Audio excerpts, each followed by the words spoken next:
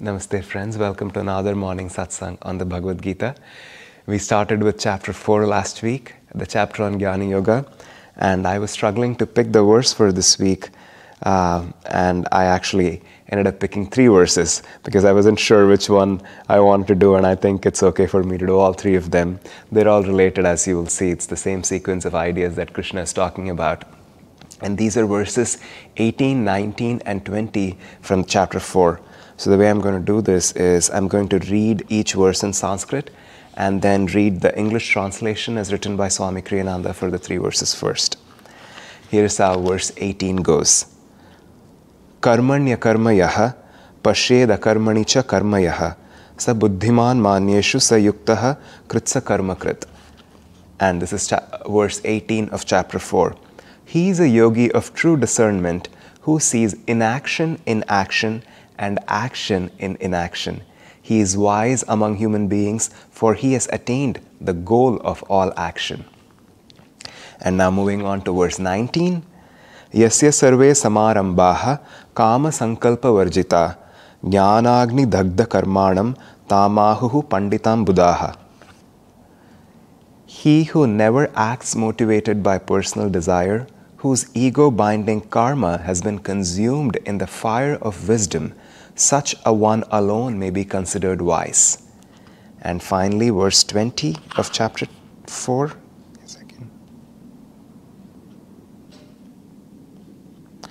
Tyaktva karma palasangam nityatripto nirashrayah karmanyabhi pravritto api naiva kinchit karoti saha.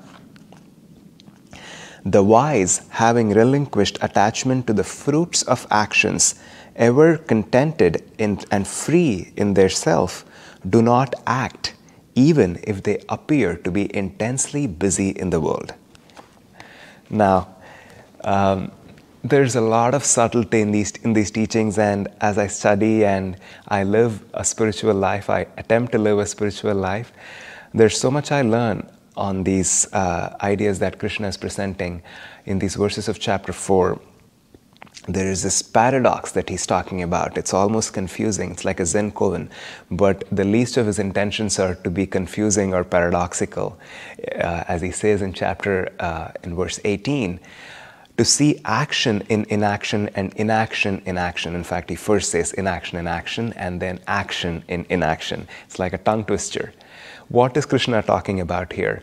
Now, we are reading the chapter on Jnana Yoga, but we are talking a lot about karma. In fact, a lot of subtlety in these teachings just comes from the word karma. If you notice the Sanskrit verses as I was reading, the word karma comes almost 4 or 5 times in each verse. And there's so many layers of meaning to just this one word, which is what Krishna is exploring and presenting to us. And he's presenting to us the wisdom of understanding what this concept is. Now, let's take the first idea, action in inaction. What does that mean? How do you see action in inaction? And why is it wise to do so? Now, the action that Krishna is talking about, the inaction that he's referring to first, is not acting in the world, not engaging with things around us, not necessarily expressing the energies that are naturally part of who we are. And he's saying, seeing action in inaction. What is the action that is happening in that inaction?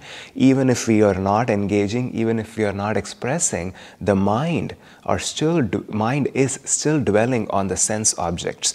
Those energies are still actively working inside of us. It's just that they have been suppressed and they are not naturally expressing in outward activity. So the action in inaction that Krishna is talking about is that we are still intensely active with those energies, with those expressions that are being suppressed, even if we do not engage in outward activity, even if we do not engage in things that we are presented with.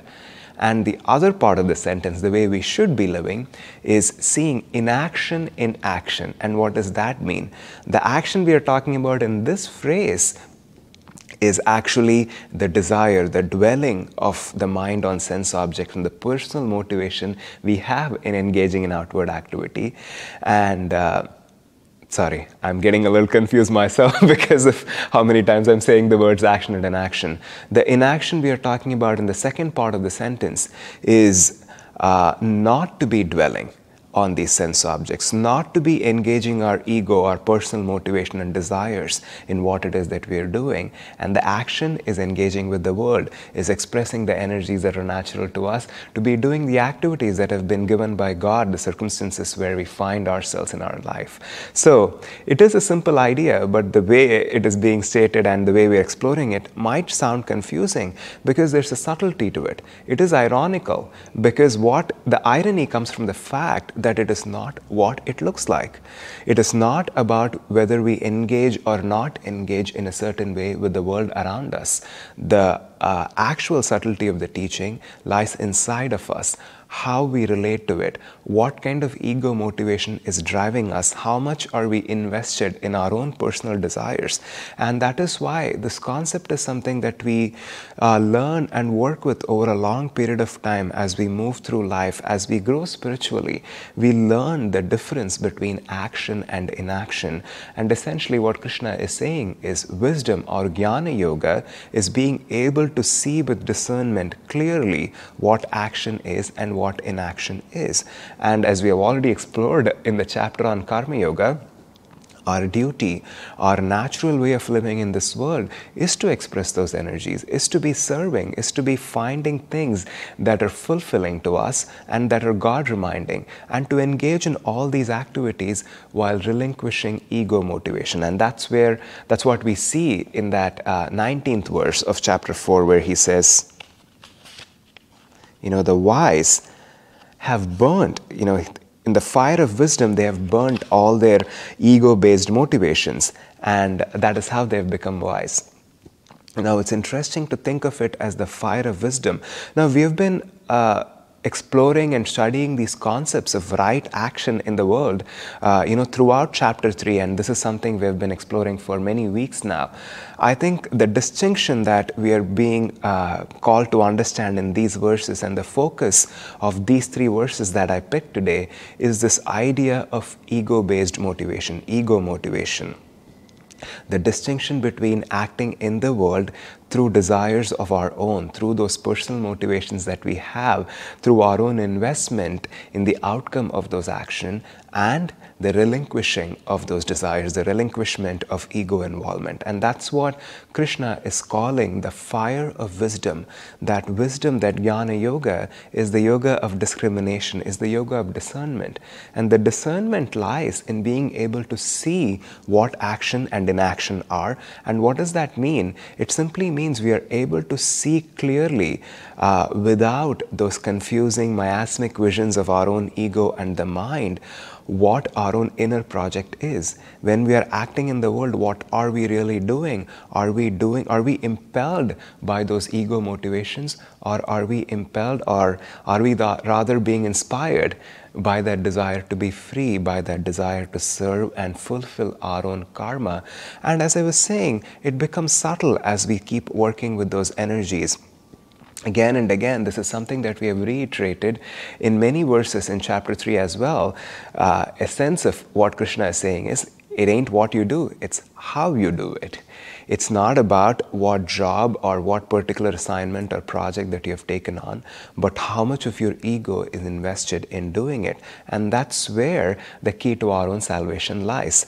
Now, I want to go to verse 20 of this chapter, which I think is one of the most telling, and also, in fact, it takes this irony to a whole other level, where Krishna says, having relinquished the fruits of these actions, the wise appear to be intensely busy, but they are not acting at all.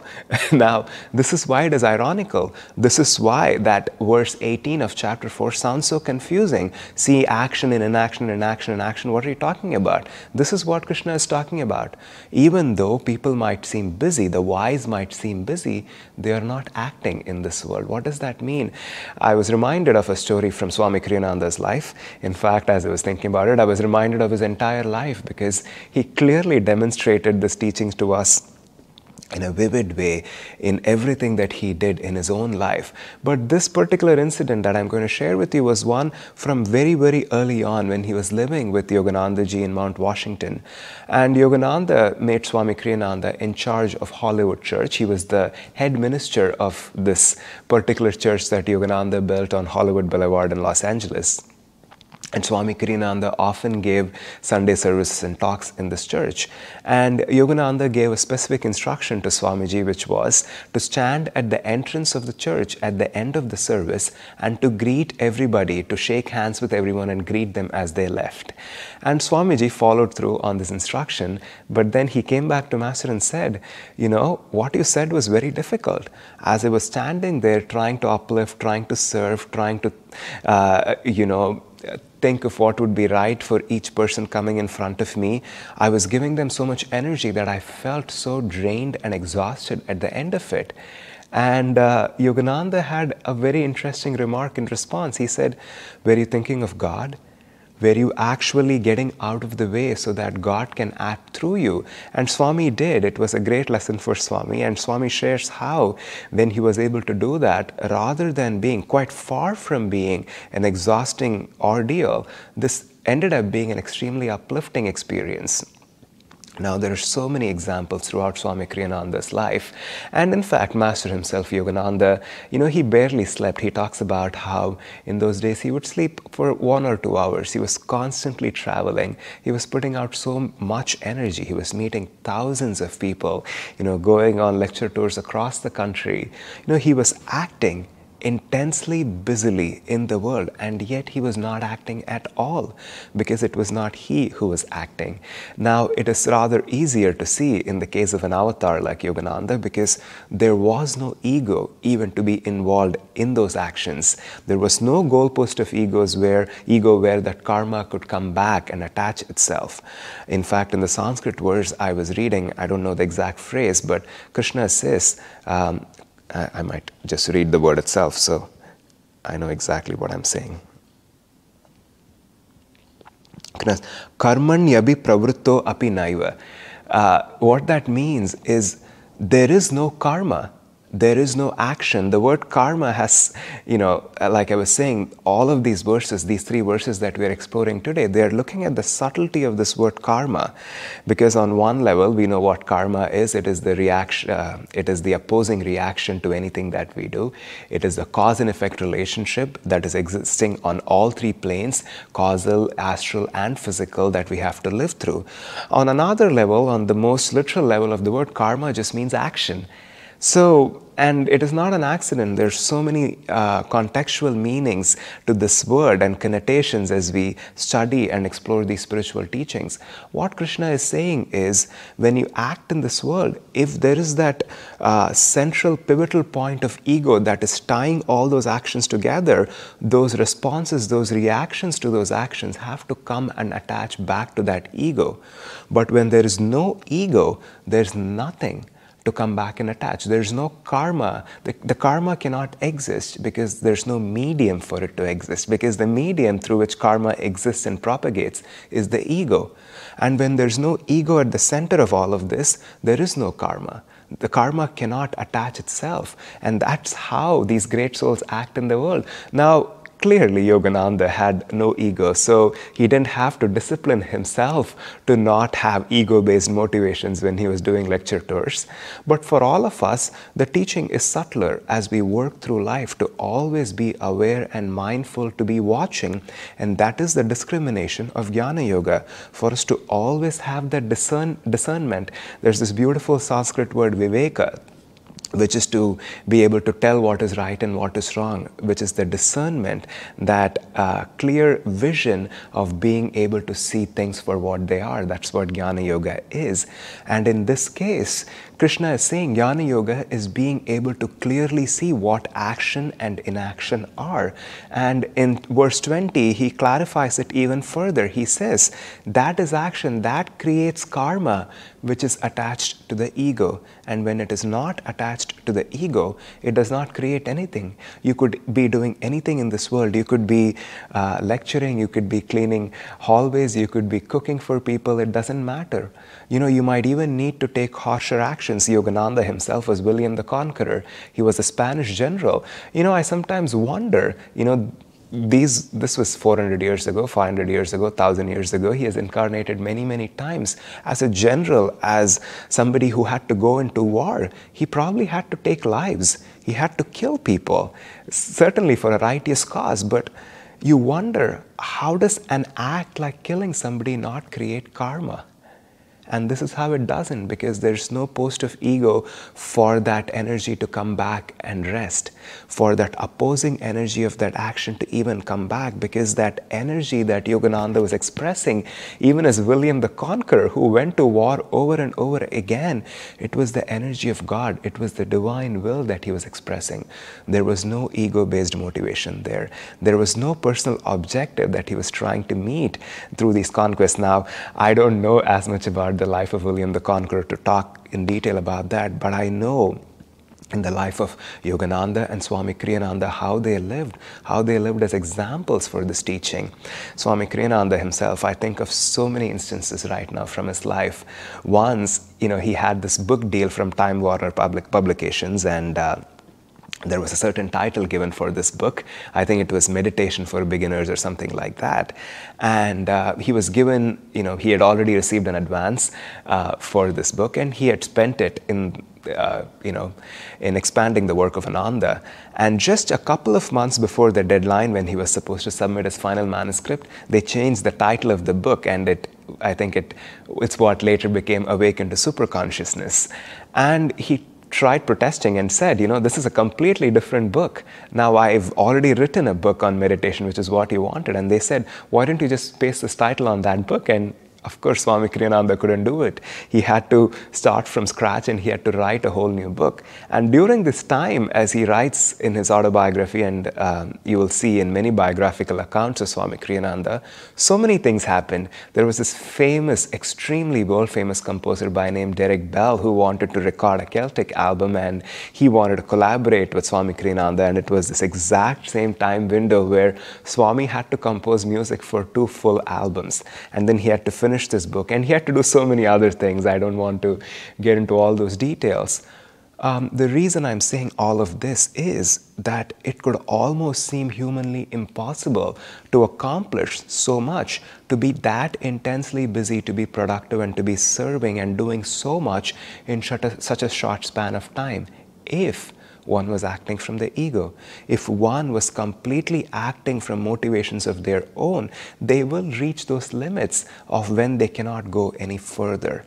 And in his account, Swami often used to share, and I have to say, oftentimes he was also construed as being very egotistical because of the way he shared it. He would talk about these things that he was able to do, and always end by saying, you can also do this. The way I did this is by putting my attention here, by calling upon Master for his help, by drawing on God's energy. And when we are able to do that, when we are able to get out of the way, so much more is possible. Now, anything I'm saying, that if there's any power or any effect in all that I'm sharing, it is because this is not a teaching that is confined to Yogananda or Swami Kriyananda. I myself have experienced in this life, and so have many, many other devotees that I know personally, especially those who have lived on this path for decades. I've seen over and over again instances in the lives of my own friends. I say friends, but these are also my teachers who have spent years practicing Kriya Yoga and serving God and Guru through this particular spiritual path.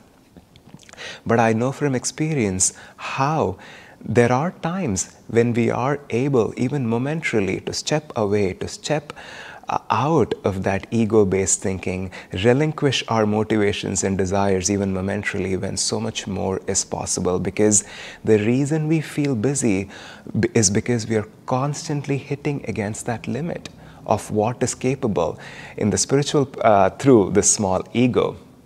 In the spiritual path, we often use the word potential, especially in New Age, I have to say, unfortunately. But I think of what that word really means. What does that mean when people say, unlock your potential, awaken to your highest potential, or whatever that is?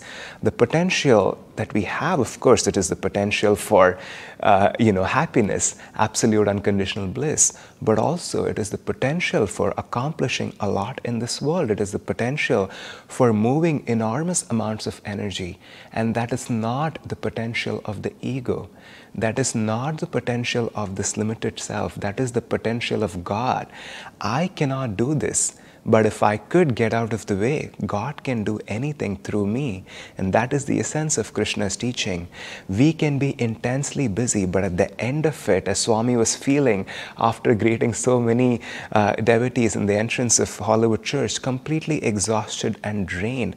That's how we often feel in this world when we're just running around. You know, one of the things that I enjoy doing a lot is cooking large meals for people, and I've had the good fortune, one of the greatest good karmas in my life, for being able to do that a few times. And you know, I've done this for 4 or 5 years now, cooking large banquet meals for 100, 150 people. I remember the very first time I took on an assignment of that scale, and it all sounded so good in theory. You know, I had done my calculations. I'm very Indian in the kitchen. I don't have very specific recipes or quantities or exact methods and stuff. I just go with the flow. And I just know what's happening on the stove when I'm cooking. But I had all my ideas straight. I had even tried and tested things before. I tested for 20, 30 people before expanding it to 100, 140 people. And I had all my notes and I had all the quantities exactly noted. I had excess of ingredients in case I ran out. I had a very clear plan. But I was standing there, this meal I think was for an Easter Sunday, and I was standing there on Saturday morning, and the prospect of making this was so overwhelming. You know, I had a lot of help, but I was the one who was going to give all the instructions to all my helpers. And I was looking at bags and bags of tomatoes, I remember very clearly. I was looking at all these restaurant pans. I had gotten, 20 restaurant-sized pans because I had this whole plan of what was going to go into what. I had even planned as much as the fridge space where I would put what when I'm done. So in theory, it was completely doable, and I have a fairly calculative and active mind, and I had somehow worked all this out, assuming it was all going to go well. But just the prospect of taking on something like that and doing was so overwhelming, and I just had to pause for a moment before anybody else came into the kitchen and had to say, I cannot do this, Master. I cannot do this, but you can do this through me. And honestly, I don't know what happened, because what was most scary to me was just not just the amount of work, but just the delicacy of things, just how intricate everything was, how a minor mistake could have a lot of repercussions of not having the main dish for 140 people who would show up at noon on an Easter Sunday. So I was just very afraid and just nervous about all those things, of getting everything right and keeping an eye on all those things, especially when many people are doing many things in the kitchen. So I sort of surrendered into the moment. And honestly, I really cannot say, I don't even know if I'm qualified to say if everything turned out perfectly. It turned out the way it did. But certainly I had a lot of fun. That's all I can say. And that's not the only instance. I have not done anything superhuman, at least in comparison to accomplishments such as Swami Yoganandas. But certainly I can tell from experience that a lot has happened through me which I wouldn't have considered possible in the first place. It has always surprised me to notice I didn't think I would be capable of doing that. But somehow, if we are able to open up, if even momentarily, even if we are not perfect in completely being devoid of ego, even if we remember to ask, even if we remember to try to let go of our own personal involvement, feeling responsible for what is happening to us personally, if we are able to step away from those concerns of the ego, even momentarily, then God does come in and a lot becomes possible. And gradually we learn to experiment with this and try, maybe with this meal for 5 people, then 20 and 100, or whatever it is that you do, whether it's teaching, whether it's writing computer programs, or gardening, or whatever. We learn as we serve more, as we live more in God, that the potential to do is infinite, because we are limited, our energy is limited, our minds are limited, but God is not. And when we allow Him to act through us, we can stay intensely busy and yet not act in this world, and yet not have any karma of our own. So I'll see you next week with another verse from the Gita. Until then, God bless you all.